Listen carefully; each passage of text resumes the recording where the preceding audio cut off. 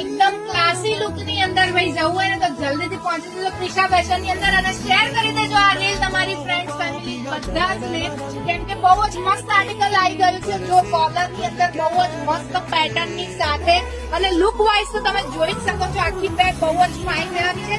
બે નવા colour options ની અંદર તમને મળી જવાનું છે.